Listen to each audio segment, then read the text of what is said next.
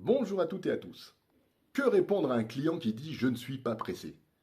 Le fameux « je ne suis pas pressé », la phrase la plus douce en surface et la plus dangereuse en profondeur.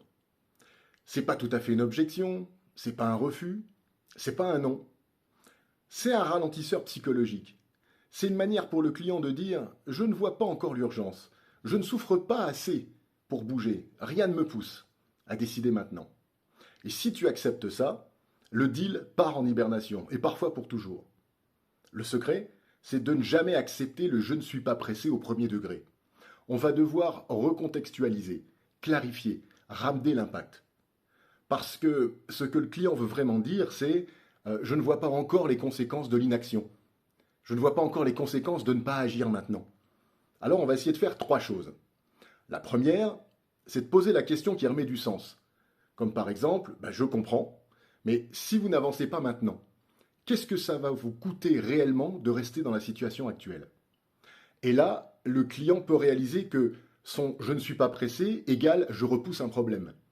Donc on le fait réfléchir, pas par politesse, parce que c'est réel. En deuxièmement, on pourrait projeter l'avenir, je dirais, en disant imaginons que rien ne change pendant 3 ou 6 mois. Qu'est-ce qui peut empirer? Qu'est-ce qui peut devenir plus difficile ou plus coûteux pour vous? Pourquoi ça fonctionne? Parce que notre cerveau déteste anticiper une perte. L'aversion au risque est plus puissante que l'envie de gagner. Et dans ce cas, on transforme le pas pressé en d'accord, il va falloir qu'on agisse quand même.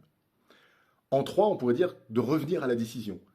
Par exemple, avec une question comme écoutez, si j'ai bien compris que vous n'étiez pas pressé, êtes-vous quand même convaincu que la situation doit évoluer?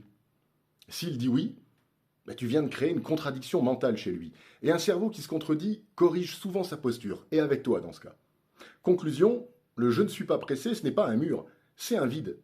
Et ton job n'est pas de répondre, mais une fois de plus de remplir ce vide, par du sens, de la projection et de la clarté. Alors retiens ça, un client n'est jamais pressé, jusqu'au moment où tu lui montres ce que l'inaction va lui coûter. Voilà, bonne journée, à bientôt, partage, abonne-toi, au revoir.